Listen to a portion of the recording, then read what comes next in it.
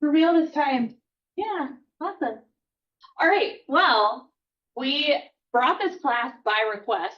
Actually, Jelena requested it because she was getting requests for like social media with like a compliance piece.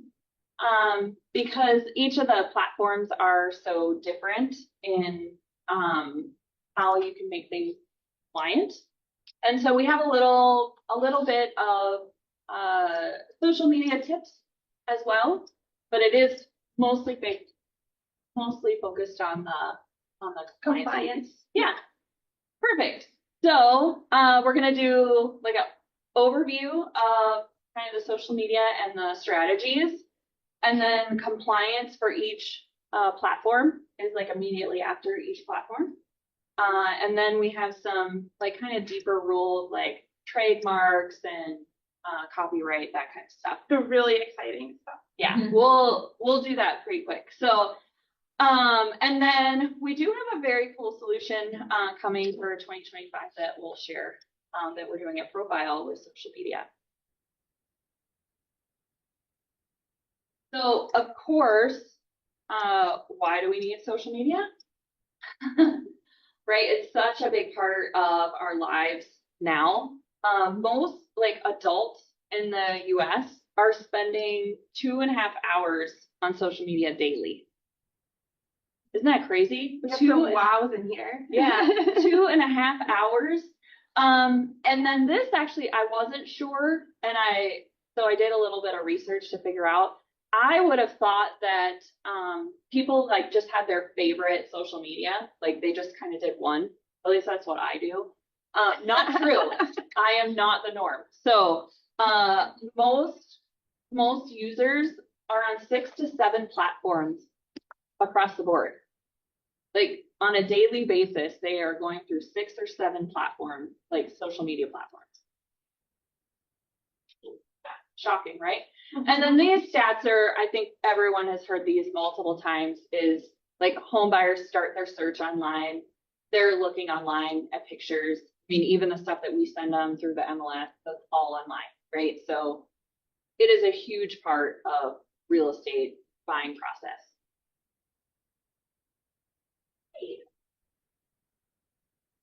Yes. Mm-hmm. Yeah. So websites are a core element, right, to your real estate business. They don't have to be super elaborate just to have like a landing page for people. So I don't want anyone to get super overwhelmed with, oh gosh, I have to have like 14 pages and all these things, right? And KW offers a great solution that is at no cost. It's just part of your tech fees. And they've just upgraded that over the last year. And so there's lots of features in there that could actually be a future class that we do is on websites. And then if you're like, no, I am not into that at all. We do website, we can get your website up and going. We just charge by the hour. It's super simple to get that going with us, and we can get a nice little website so you have somewhere to go.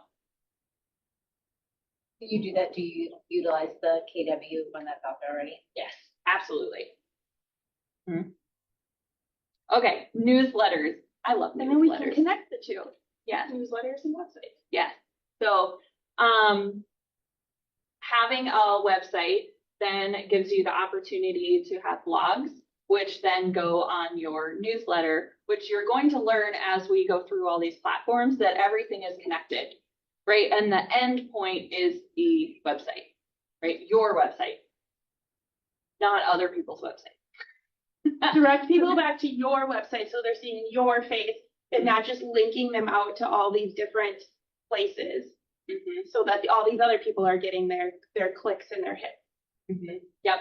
And the thing with newsletters, so like if you talk to anyone or watch any influencers on social media, like anyone's advice in that realm is get a newsletter and build email list, right? Which again is all part of how Command works and can have this all connected, which is like just part of how KW supports you with all those things.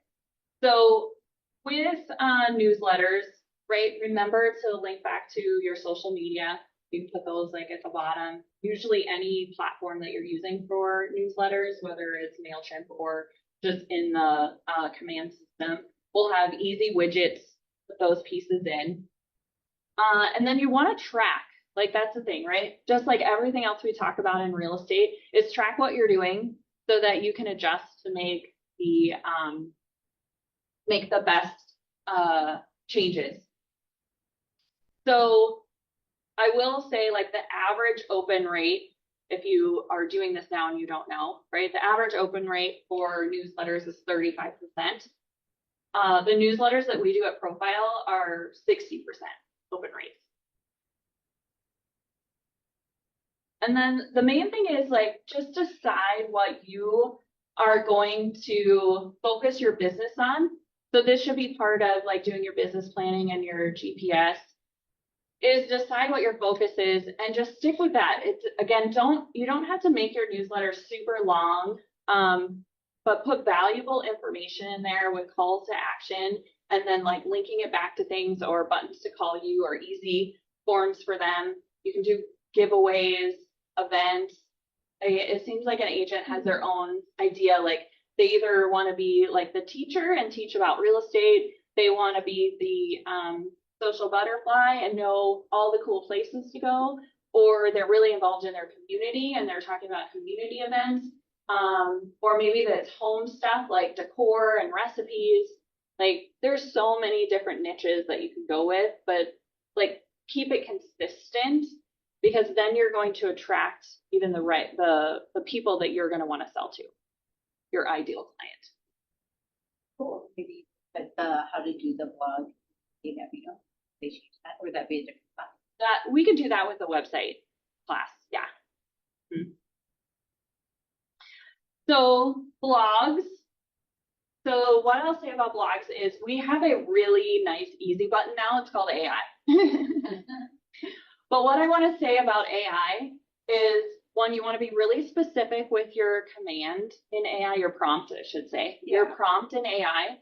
And then once you get your article back, we never post direct, like we do use AI to start to generate content for websites and blogs, but then you have to read it. You don't just copy and paste. One, AI is not always right. We actually found that just recently. We did a Google search doing something for the class, and AI came back and said one thing, and I'm like, I know that's not true. And it was like the Google, like now when you Google things, that first top section is AI's response is type of a thing. That is not 100% accurate. And it has a little disclaimer and says that, but people should know, like I've definitely caught where I've done that and then looked at it and be like, but I know something different. And so then you actually have to go to the sources. So when you're using AI like ChatGPT or whatever to create a blog, read it and then edit it to make it your voice, right? So you could get really good at your prompts and it will start to generate in your voice, but you still want to read it and make sure that it's accurate information. Like AI is there to help make things go faster. It's not to replace a human. Yeah. And anything that's like stats or factual or anything like that, like grab those resources, not difficult to go do that Google search, grab actual resources so that you can, back up what you're saying with the links and things like that of where you're getting it from, not just a robot. Yeah, exactly. I love AI for making things efficient, but it does not, like I'll say it again, like it doesn't replace a human. Like you still need the human to check and read and make sure it makes sense. My favorite proof of that is when you ask AI to do an image for you, and then it's like all like the words aren't actual words and things like that, like it's very obvious that it's not real. So if you need to see AI in a visual, just ask it to do an image for you and you'll get a quick peek at that. Yeah. But AI would be great to use for your newsletter to come up with ideas for the year. Like if you're doing one a week, you could ask AI to come up with real estate topics, like 52 real estate topics to write a blog on. And then it would list out 52 of them, like subject lines. So like that is also an exceptional use for AI. Okay, Facebook strategies. All right, so create a professional page. So this is my suggestion on professional pages.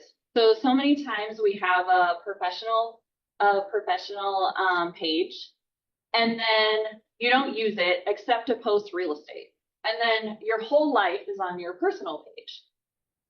This is just my opinion, but this is how, if I was a real estate agent practicing real estate on a daily basis, this is how I would set it up. I would have my professional page, and I would post on that page like I'm posting on my personal page.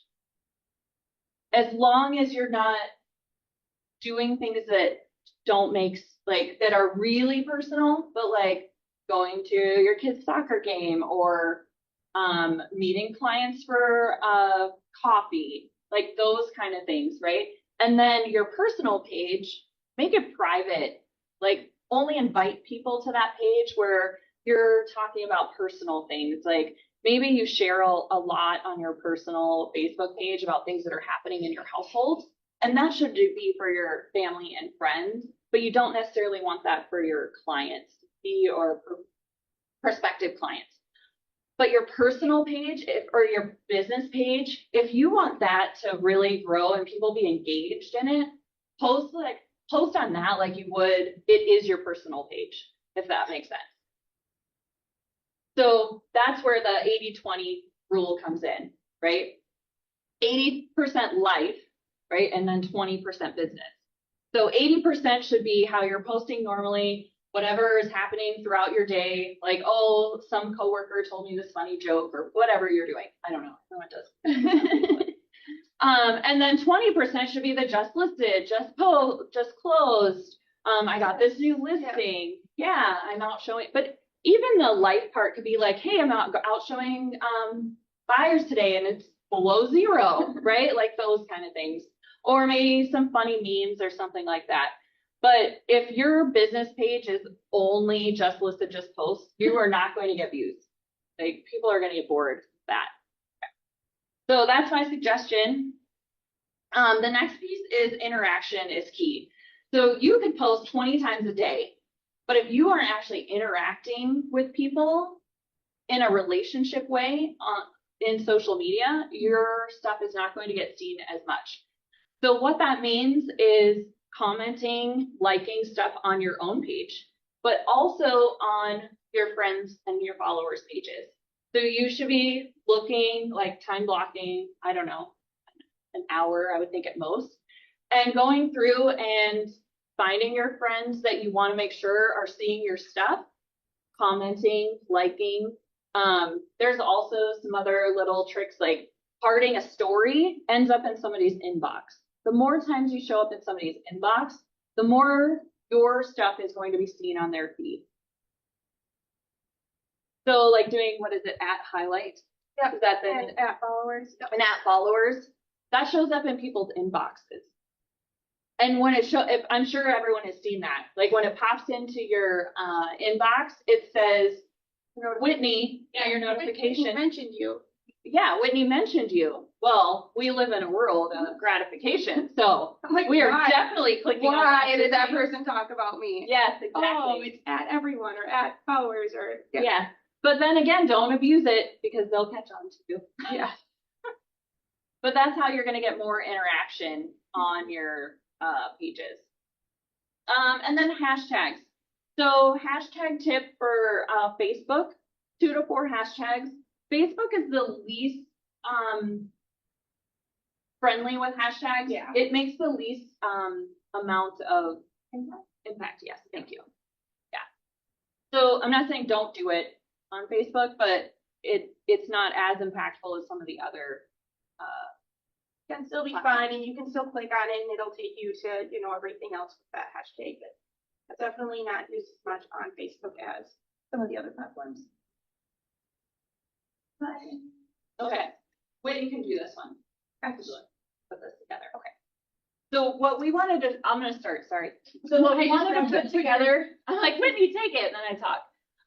So what we wanted to put together was an example of a post, and then all the elements make it compliant. And we are not brokers. We are not from the Commerce Department. This is our interpretation of the rules that we pulled from the state website. And so we are not the end all be all. Just so everyone, that's my disclaimer, right? But this is what and then of course, you always want to check with your broker, right? We have Kevin in here and check it and make sure that we're accurate. We did not do that, by the way. We did not have Kevin check our compliance sheet. But these are the things that we need to have done to make sure that that we're compliant. Yeah. Okay. So we were intentional to use this post because it has 4 pictures on it. And so we just wanted to point out that we did put the information on each individual picture, because if you were to take one and just, use it somewhere else, it already has all of the information on it that you need.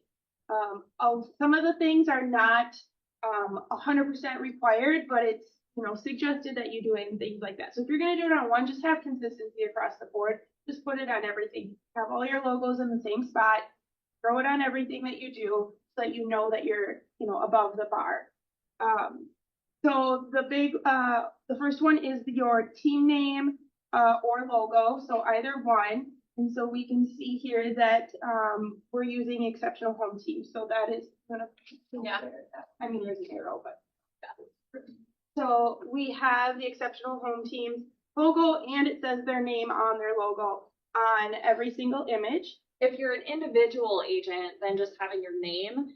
And the point of that is so that someone could look up and see who the licensee is. Yeah, that's the whole point. Instead of on the top there too, I'm sorry, where it says up at the top in the white bar where it says Exceptional Home Team with Keller Williams Realty. Some people also have a dash, but most people also have that. Yes. So having it as the name of your page, right? So that way, if we do a quick post and we don't brand the photo, we are still compliant because the post itself has the team or agent name and brokerage. Yeah. Or if there's not a photo, then your post is, but you're still talking about real estate or, just listed or whatever, and you don't have a photo yet. So that's on there. So when you set up your Facebook, your page, you want to make sure you set it up with that in there. Yeah, I would include my broker's name and the name of my page. For sure. Everything just in your bio about you type section. Yep. Broker name always required. And we do have a cheat sheet. I gave it to the people in the room, but we can mail it out to the people that are we'll mail to everyone, but little cheat sheet, again, not like, notarized or whatever. But. Yeah. Broker name always required. So we do have the Keller Williams Lake Minnetonka on there. And then fair housing logo. Our understanding is as required every time you're advertising real estate. And so again, just throw it on everything, because why not? And it can also be looked at as discriminatory if you are picking and choosing what you're putting it on. So just put it on everything. And then whenever you use the word realtor, make sure that you're using the is it a logo or like the little trademark. The trademark. Yes, thank you. Mm-hmm.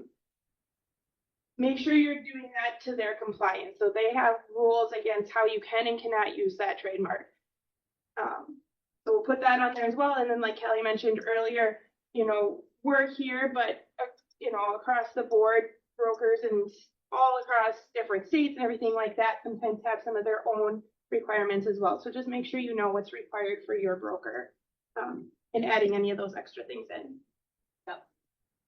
Yeah, it's like some states require you to put like license and like your license number. It's not a requirement here in Minnesota, but you could see that on other places for sure. And I want to say one thing about the broker name.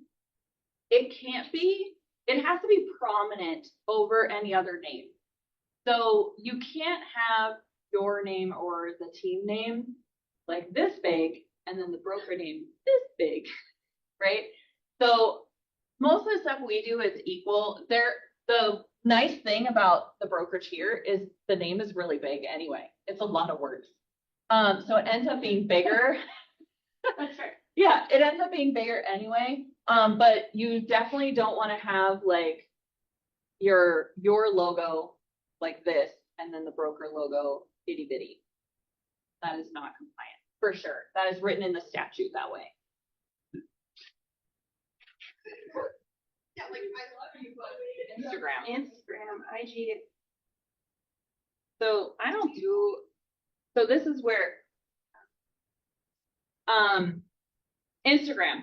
So just a little history if you don't know, like Instagram was designed for photographers and creatives and really all about beautiful pictures and imagery, right?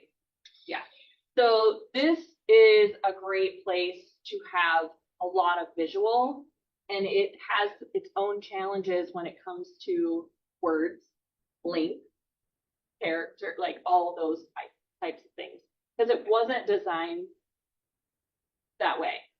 For like on Facebook, you can put posts with all of your words and things like that. Yes. Instagram is not like that. That's not what it was made for.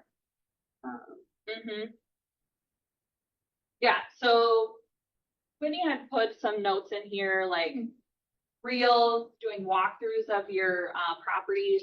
Again, these are small videos, so like 15 seconds. You don't have to worry about doing like 2 or 3 minutes of a video. Like that's a really long time, by the way, doing a video. Like if you're just in the house doing a reel, like they can be super short. You can even do this like during your listing appointment, right? They say yes, then just say, hey, do you mind if I just take a few minutes? I'm just kind of going to walk around the house a little bit, maybe snap a few little videos and grab them right when you're there. Trying to buddy up your social media with what you already do, right? Adding a habit to a habit is the easiest way to keep going. The perk to being able to, so Instagram and Facebook work really well with each other.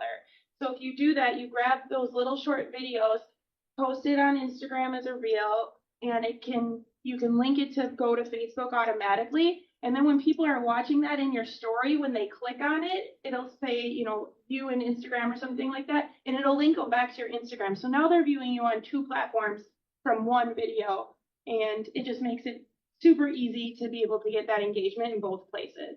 And Facebook loves stories. They like, you're doing stories, getting comments, likes on stories. That is like the creme de creme with Facebook. Yeah, they love they're it. pushing it. They're pushing it. Yeah, for sure. Did you have a question? You mentioned you do websites, I think, and things. Do you do Instagram accounts? Do you help create that? Yeah. We have social media packages. We can do a la carte things for sure. Yeah. Yep. And then when it comes to hashtags on Instagram, Instagram is really friendly with hashtags. You want to do like 3 to 5 is kind of that sweet spot. And then, but you can have up to 30, literally 30 hashtags on Instagram. Which is a lot. Yeah. So our hack for that is if there's things that topics, subjects that you post a lot about, just get your hashtags together so that you can just copy and paste. Like, when I'm posting a new listing or whatever, when I copy and paste this group of hashtags, read them. Again, always make sure it makes sense. Like, don't put, hashtag Lake Minnetonka if your listing is in Edina type of a thing. So make sure it makes sense. And then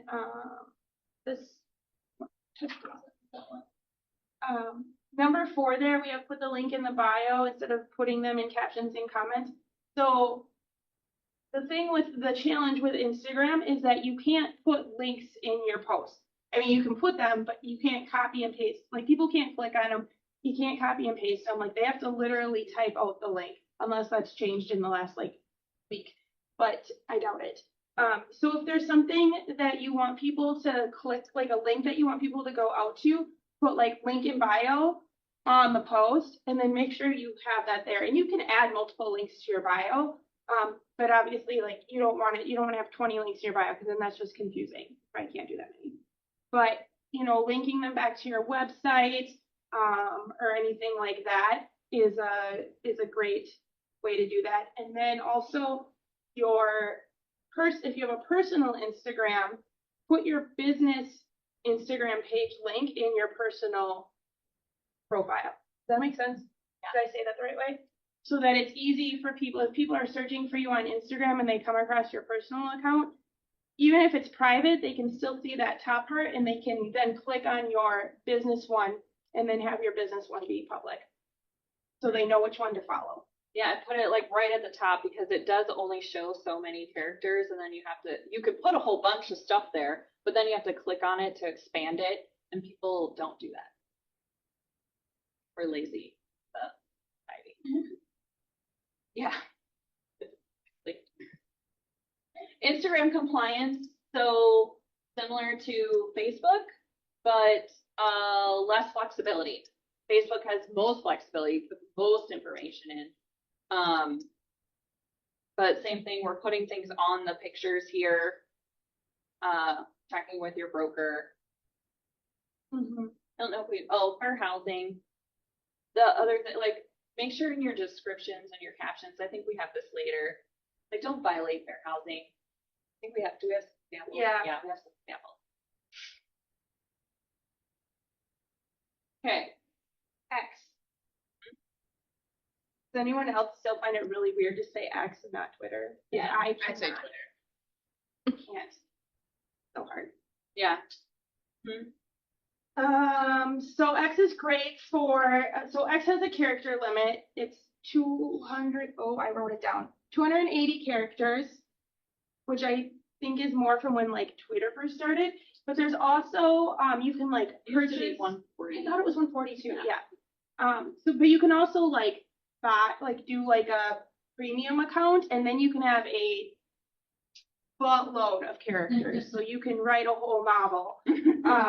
But that's not typically what X is known for, what people use it for.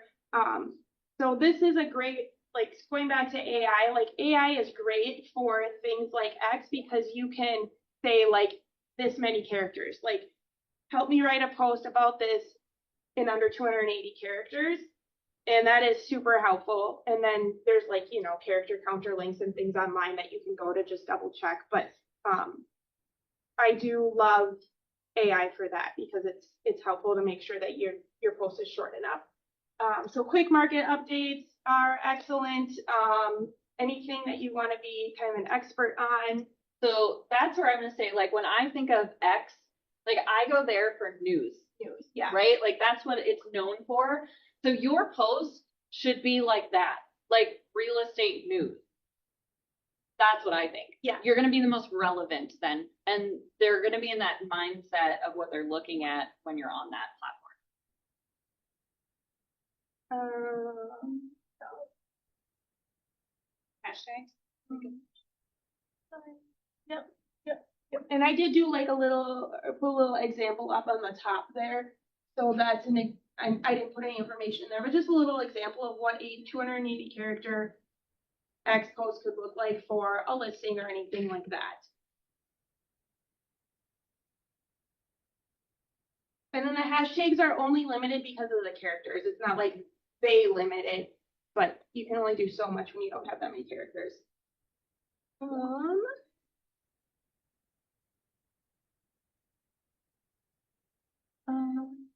Okay, compliance. Compliance. Same rules here, just changing it up a bit because we have less characters. So using a link to get somebody to some information is allowed. And the same thing, putting the branding on the picture. So if you don't have a picture, then you're going to need to use the link to get them to the information.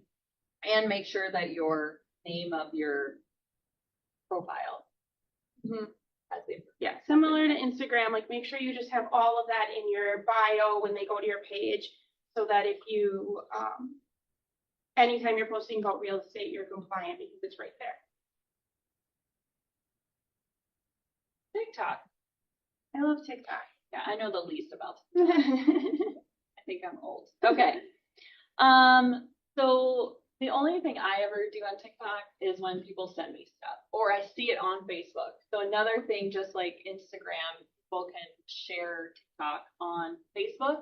And so that's the other way where if most of your audience is on Facebook, you can still get them to your TikTok by posting those videos. They click on it, connect that way. The great thing about TikTok is it makes it super easy to like play around and be creative and add things on. The platform itself is made to be able to, you know, add images into your videos and edit them and make them fancy looking without, Just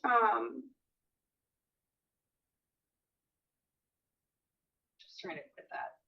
oh, thanks. I was gonna like shrink it and mute it. Sorry. So TikTok, I mean, is made to be able to be creative and do videos and look like you know what you're doing without actually really knowing what you're doing. Just play around with it and things like that, or let us do it for you. But it is a really great way to, when you're out at those list showings, open houses, things like that, grab those videos, and then you can even cut them up and get multiple videos out of your one-stop type of a thing. But yeah, super easy to be able to, you can start a video, you can save it as a draft, come back to it, mess with it later. I don't know. The most watched videos, I feel like come from someone taking a longer video and then sending it, if they're I'm gonna say the things. If they're talented enough, if they're talented enough to cut up the video themselves, awesome. I would say I don't know that a lot of people do have that talent. And so you can either send it out, or that's something that we do is like, you can send us a raw video that is a minute long, and we can make a lot of videos from a minute long. And it's just like a little blurb from here and a little blurb from here. And then like, you've seen the ones where they're like this, right? Like that's all from just some raw video, and you're literally taking like 10 seconds from it. So it's not like the whole thing has to be great. We just pull out little pieces of it. So when you're actually shooting the video, you don't have to be so overwhelmed or stressed about like the whole thing being perfect. Yeah, I had something that popped into my brain for a hot second. That's cool. Yep. Done. Sorry, guys. It was so good, I swear. Hashtags are used 3 to 5, like Instagram. Yeah, on TikTok a lot, and it's a great way to find, you know, to connect with similar things. So I think that I feel like hashtags are used a lot on TikTok, and people actually use them. Same with Instagram. Those are the top 2 places for hashtags. Yeah. Beautiful. Oh, my. I'm gonna randomly think of that thing, and mind is gonna be blown when it comes out of my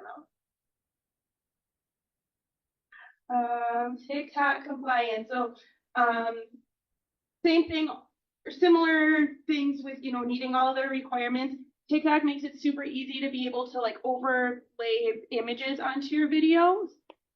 So that's great. So you can have everything right there. And then of course, link everything in your bio as well, so that, so you're compliant as far as being able to like see your broker and everything along those lines. So similar to Instagram with your capabilities, the difference is TikTok videos, Instagram more stationary photos. Well, Yes, there's you can videos do on videos, but Instagram, you but can definitely do longer videos on TikTok.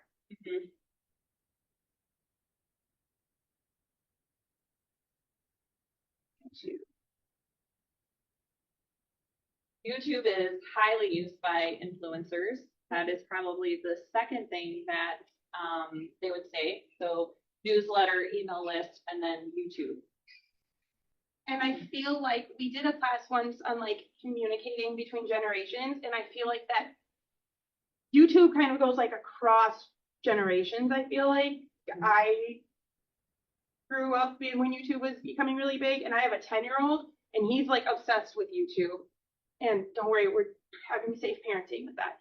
But like, it's across the board. Like everyone uses YouTube for different things. So definitely, I mean, you know, have it in YouTube. Oh, TikTok. Nope, it's gone again. Shoot, sorry guys. So like X is for news, YouTube is for how-tos, right? So if you want to teach something, that's where you're going to put YouTube. Or you're going to use it on your channel to hold your listing videos. Yeah. And then you're going to link those listing videos to other things like your newsletter, like your website, even posts, right? So two big things for YouTube are how-tos, just you explaining something, and then like listing videos, those kind of things, because that's an easy place to upload and share across all sorts of platforms. And a lot, I won't say all, but a lot of the newsletters have a YouTube widget, which is easy to plug in video. Same with email marketing, stuff like that, just in your. And if this doesn't, like, if these types of things don't come like naturally to you or you don't enjoy them, like especially with TikTok and all of the things that you can do to make your videos pretty and whatnot, I mean, honestly, like hire it out. And obviously we do that for you, but don't like if it's not something you enjoy, don't force yourself to do it, because then you're not going to stay consistent with it. Don't put 2 videos on YouTube and be like, I hate this. It's not worth my time because I don't enjoy it. You guys, if you have other things that are, making you money and that you actually enjoy, don't feel like you need to just like, I don't know, grunt through the stuff that you don't like. Like, that's why it's good to have a network around you to be able to support you and stuff, so you can get a variety of things without feeling like you need to do it all. Yeah, we're just going through each one of the platforms, so whichever feels like it's your space, the tricks and tips for that and how to stay compliant. YouTube compliance. So we kind of feel like a broken record, but I do like the visuals of how you can do that. Here's another thing about YouTube, which I love when I go to YouTube. If you are into these videos, making a table of content in your video, oh my gosh, that was the best thing they ever did. I agree. So maybe we should add that to the website class. Maybe we could put that in there, how to do that. So if you've ever gone to a YouTube video and it's an hour long, right? You can make a table of contents, which then breaks up the sections. So right below there, like you literally click on it and then it goes to that little section and you watch that section, which is fantastic. And you don't have to watch an hour-long video if you want 15 minutes of content in there. And then in your like summary under the video, you can add links and everything right in there too. So you can always link back to your website. If you reference something on one of your a different social media page, you can add links and everything under each video and then also have information in your profile, or I'm not sure what YouTube calls it, but your file. Yep. And I think the other thing is always ask for subscribers in your video. Like and subscribe. Yeah, like and subscribe. My 6-year-old says it all the time. She'll record a video of herself doing yoga and she'll be like, thanks guys, like and subscribe. Yeah. Mm-hmm. Ask for the business, right? That's what we learned. Yeah. Okay, flyers, postcards, same thing. Sometimes you might pull a template from Canva or something and then you're a little bit lost on make sure that you have it in there. So we thought this was helpful. And then we do have a lot of agents that do postcards, so pull that too. So a lot of the same pieces here, realtor logos, fair housing. Big thing is broker name. I will say if you are doing anything with a lender and you're getting any sort of terms from a lender, make sure that they send that through their compliance department. They have a whole slew of other compliance pieces that we don't know about. And they typically need like a small little paragraph that explains the term of whatever you're saying. And so if you decide to ever co-brand anything with a lender and you're giving any sort of payment or down payment or interest rate, any of that, I wouldn't take the liability. I would send that to the lender's compliance department. They all have one. At least I think they do. And They a should. legitimate one. Yeah, they should. They usually have they have a marketing department that will look at it and check it for compliance and give approval. So we do have postcards that go out that are co-branded with a lender, and that's exactly what we do. As soon as we have it created, we send it over, and they check it because they have to have certain things on there. And the flyers are, a lot of times when we're asked to help with flyers, it's for like open houses and things like that. And if it's multiple pages, I think our typical go-to is just put it on the front, I think we usually just put it on the front, but front, back, things like that. But if it's something that you're gonna print out that's multiple pages that aren't like one, like a folded brochure, Bound together. I would throw that on every single one, every single individual page. Yep. Hashtags. We talked a little bit about this on each of the platforms, and these are just some suggestions on how to decide what to pick.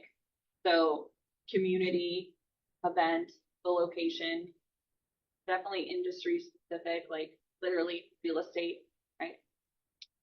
Property type, townhouse, condo, acreage, for all different hashtags that would be good. Farm, hobby farm, that would be a good one. Lifestyle, maybe it's like city living, Yep. something like that. Trending popular, I don't know. So that it would be like Realtor talk, I think is like a common one on like TikTok, Realtor talk. So like hashtag Realtor talk, and then you can put that in there, and then anyone that clicks on that, you're gonna show up. The FYP for you page is obviously like very, very popular, but also like you're just gonna get buried. So still make it specific enough to like what you're posting about.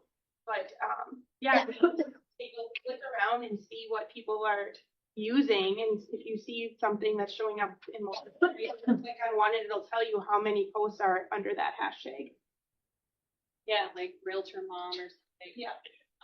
And then branding, of course, like your name, your team's name, Keller Williams, they're all hashtags.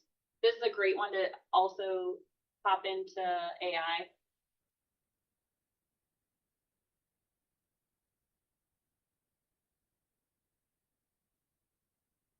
Just a little overview of So photos, don't steal photos. Don't steal them from the MLS. Don't steal them from other websites. Most everything is copyrighted. You'll get a letter. Like there are companies out there that just search the website. They don't even own the photo. They're just law offices that search around and watch people stealing photos and send you a letter and tell you that you have to pay the copyright fee for unauthorized use of the photo. Don't steal photos. Get permission. That's it. yeah, And then photos. and then obviously nothing discriminatory, or don't put people in your photos in MLS.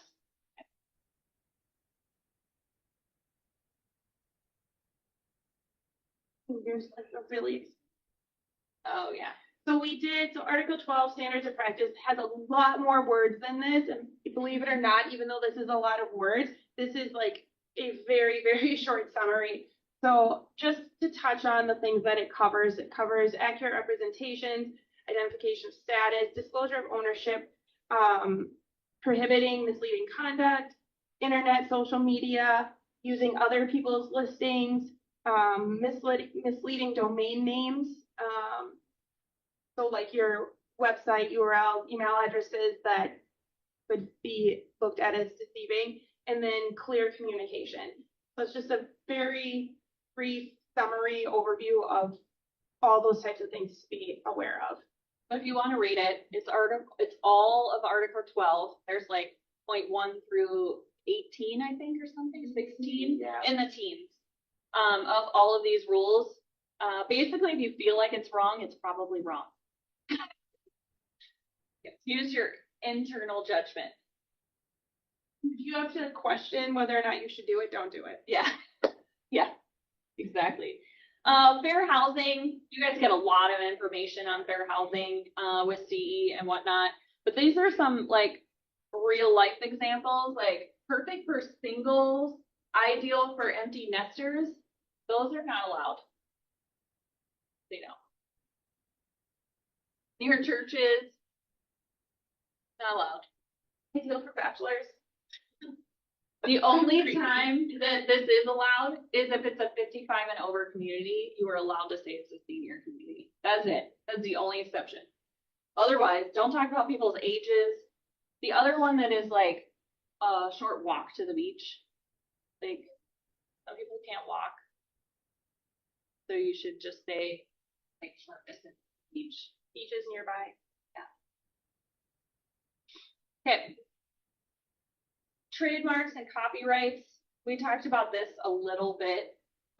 Same thing. Don't steal stuff, right? And if it's something that needs a trademark, put it in there. All those characters are in all of the platform. Like if you use Canva, you can find all the trademarks in Canva. If you're using even like Google Docs and stuff, I think you can pull up the characters. Probably. So you're like, you can find that stuff, or just literally Google the trademark and grab the image, and then you can pop it into whatever. You can add images in almost any email, whatever. But that's it. Like that's what this is about. Just a reminder that our marketing is on the internet and it counts, and other people are looking at it. Okay. Oh, this is just so this is a list that we got from the Commerce Department of what makes the compliance piece. So this is what we put into all of the pieces for compliance. Oh, tracking and improving. So as you start to use social media and start posting and doing these things over the newsletter, track it. See what happens. Are you posting and no one's looking at it? Then start to make changes. See if it's your content. Are you not engaging enough with other people's pages? You might have to reach out. You might have to call your friends and say, hey, will you click on some of my stuff so get some engagement? That might be a thing. So review, make changes as you need, adjust your strategy so you get the results that you want. It takes a while. You can go on places like Fiverr and Upwork or something like that. And you can like buy followers and likes and stuff like that for not very much money. But a lot of those are overseas. So just be careful when you're doing stuff like that. So you will get them, like they have great reviews, but not all the followers that you're going to get are in the US. So if your business is here in the US, you probably want your followers best, not across the country. I'm not saying it won't help, because you will get noticed because you're going to have so many, like you're going to have that big number. But if somebody is really looking at you and using that as a resume, and they click on any of your friends and followers, they're going to see that they're not here. Tracking and improving with newsletters. A great report that you can pull is how many bounce rate. Yeah. And so you can see like if your database is updated or if they're just not going anywhere, and then you can add into your newsletter like, hey, I'm updating my database, like, be creative about it, of course, but we've done that for agents. Just want to make sure, once a year, making sure everything's accurate. Would you fill this out for me? And you have pretty good success with that. Like people will do it, and then you're getting that click on your newsletter as well, with the form on your website for them to fill out, and it'll take them back there. Make it easy so that they actually do it. But yeah, I mean, that's a really simple way to make sure that your database is updated, and making sure that your newsletters are actually going to people and not just coming back. And it's okay to reuse the content. So like if you are like that blog that you did, that can be a post. You can have a video about your blog with a link to the blog. You can put it in your newsletter. Like, you can use that one piece of information and use it multiple times to have multiple exposure on different platforms. Yeah. All right, so this is our 2025 fund. So a lot of people don't like video, like taking a video of themselves, right? And then they get nervous or they just don't have time. They don't think about it. They feel weird. They would feel weird in in front of a house, holding it up, whatever. We are going to be launching a way to use AI where you can do one video. Well, actually, you'll end up doing two. So 1 5-minute video, and we can use that in forever and have you say whatever you want. So you do a video for 5 minutes, it records it, it tracks all of your mannerisms, your speech pattern, and then we can come up with together a script for the year and topics and change the backgrounds even and have video forever. And you would only have, unless you start to do your hair different or whatever, but you would only have to do one time 5 minutes. And you can have face-to-face video content on your sites. Yeah. AI is cool. You have samples of that, like, so you can kind of see how, because sometimes it changes the way you look. Mm-hmm. Yeah. Yep, we're gonna get it all put together, so we'll be launching it in 2025. We've been working on it. We've been playing with it. Mm-hmm. Yeah, because we wanted to try it out. We weren't sure if it'd be real awkward. But it's good Right. because it uses your voice. So a lot of times, like with the AI, like it has a voiceover or whatever, and then it sounds like doesn't sound like a human, or it sounds like a robot, whatever. But yeah, it's come a long way. And it'll continue to improve too. That's the thing, it does learn. Well, yeah, that's it. Thank you.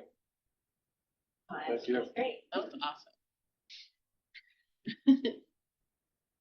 Any questions? Is it a lot? Are you exhausted? It is a lot. It is a lot. You should have seen how this started.